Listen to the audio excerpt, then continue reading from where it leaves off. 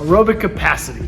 It's a big fancy word. What does it mean and how do we use it? Well, today that's what we're gonna get into. So let's talk about what aerobic capacity is. There's a ton of definitions out there. A lot of them are related to VO2 max. So in the research world, we use a VO2 max test to understand someone's aerobic capacity. But really easy definition that we like to use is basically the point at which your body is using as much oxygen as it can, as efficiently as it can. That's your aerobic capacity. So how high can you push yourself up to where you're taking in as much oxygen as possible, and that oxygen is being used 100% to achieve the goal that you're going after. So basically, let's say you're climbing a hill on a bike and you're trying to go as hard as you can, as fast as you can to get up that hill. You may reach your aerobic capacity where your heart rate is at its highest threshold. You're bringing in as much oxygen as possible, so your lungs are going nuts, and you're using that oxygen to really turn that into energy to get up and over that hill.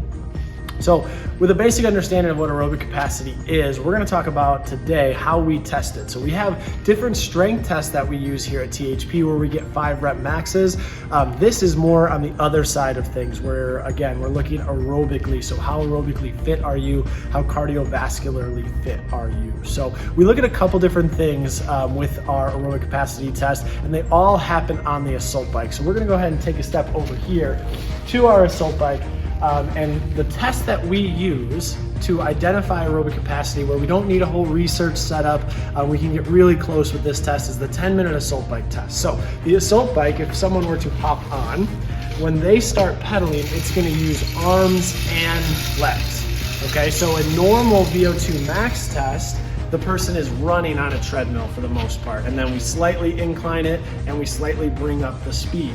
Here, we're gonna use a full body aerobic test, which is our 10-minute assault bike test, and we're gonna look at a bunch of different metrics. So the first metric that we like to look at is your average wattage across the 10 minutes. So we're looking at average wattage, which is basically how much power are you putting into the bike.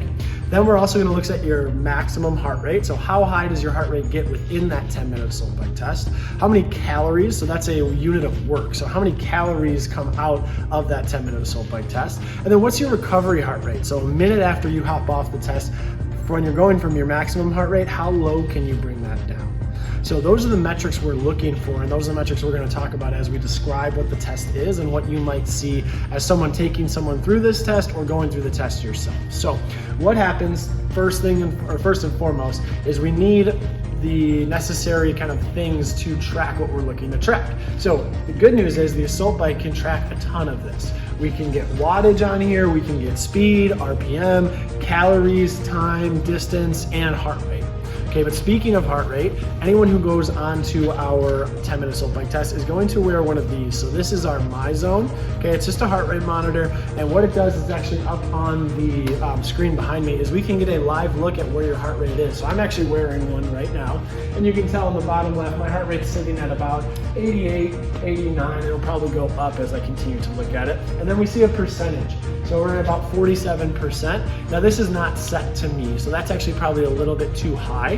Let's say my max heart rate is 200, then if I'm at 90 beats per minute, then I'm probably at 43%, something like that, 45%. So we'll have everybody wear a MyZone so that we can have a real live look in at where their heart rate is. Okay, from there, we have our heart rate monitor on, we have the bike set up. Now when we set up the bike, we wanna make sure the seat's at about hip height. That's a good way to start. And then we wanna make sure that when you're on and you're getting through pedaling, at the very bottom, you should have just a tiny little bend in that knee. See that tiny little bend? I'm not locked out. It doesn't make me lock out to get there. So now I can push very strongly through my heel and I can drive my hands. Now with that said, we need to keep our feet on the pedals the whole time, hands on the handles the whole time, because this is a full body workout here. So what we do is we're gonna go ahead and set 10 minutes on the assault bike. And what you're gonna do is you're gonna start at a pace you feel pretty comfortable at. So for a lot of people, they'll start at somewhere around 200 watts, maybe 250 watts. That correlates to about 60 RPM, maybe a little bit under that, maybe 55. And what you're gonna do is for the first minute or two, you're just trying to find your bearings, especially if this is the first time you've ever done the test. Once you find a comfortable pace where you're like, okay, I can sit here and I can definitely do this for 10 minutes, you're gonna sit there from minute 1 through normally roughly minute 5. Because as you go, sometimes you bite off a little more than you can chew, and by minute 3 or 4, you realize you have to back down a little bit.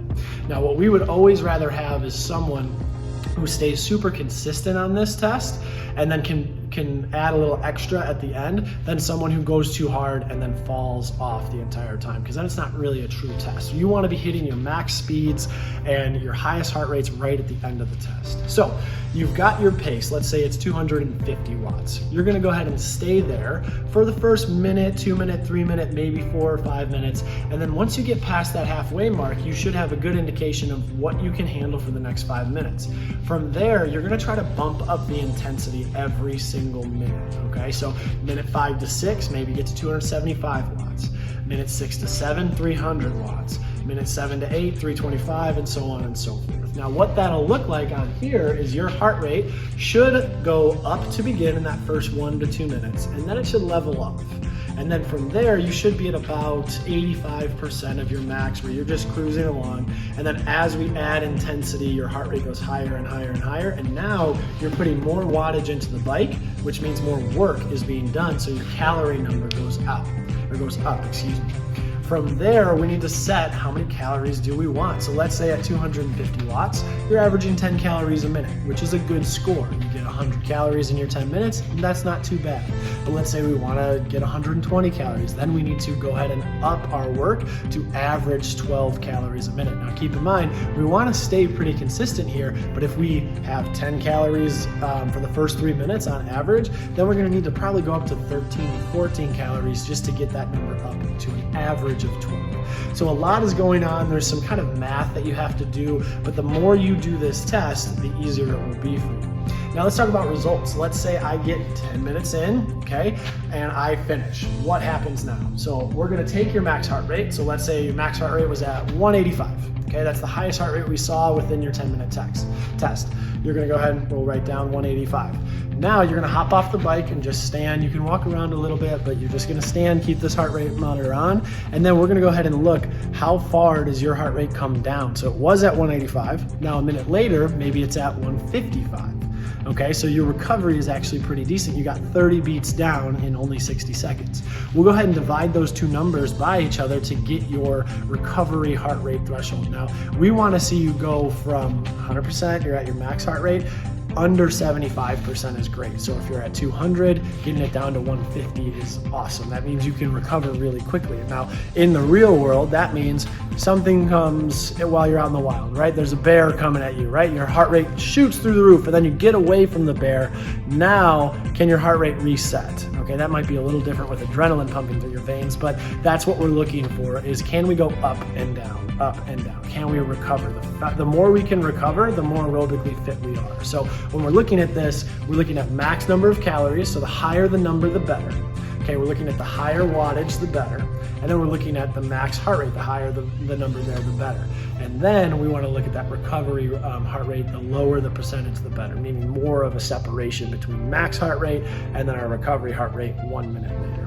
Now, this also is not a truly fair test unless we make it relative. So for someone who is 100 pounds and maybe 5 feet tall versus someone who is 220 pounds and maybe 6'4", this test is going to look a little bit different, but we can make it relative to your weight.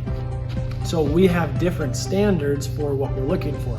So if you are that 100-pound, maybe you're a 100-pound girl who's 14 years old and only 5'5", we're not gonna, need you to go 170 calories. That would be insane, right? Whereas for you, 110 to 120 calories might be an optimal score. Like, you don't need anything more than that. But for my 220-pound, let's say 220-pound linebacker who is in season, that person should have really good aerobic capacity. So if they're under anything, let's say 170 calories, then they're not an optimal score. So this test is really good because we can make it relative. We can adjust the bike to what we need. We can grab a ton of data from the heart rate monitor, the bike in itself, and then we can get a baseline for your aerobic capacity. So when you join THP, you will do this test within your first 2 weeks. And then we like to test it again 6 weeks later because we like to see the immediate changes. Normally, if you're coming 2 to 3 times a week, you can expect pretty drastic improvements here, and then you get to learn how to do the test. Then after that, we normally test it every 12 weeks. We don't try to rush this one. We try to let the physiological changes happen over 12 weeks, and then we test it again. But ideally, what we want to see is every time you hop on this bike, your scores go up and your recovery heart rate comes down, which means we're improving your aerobic capacity and your aerobic fitness.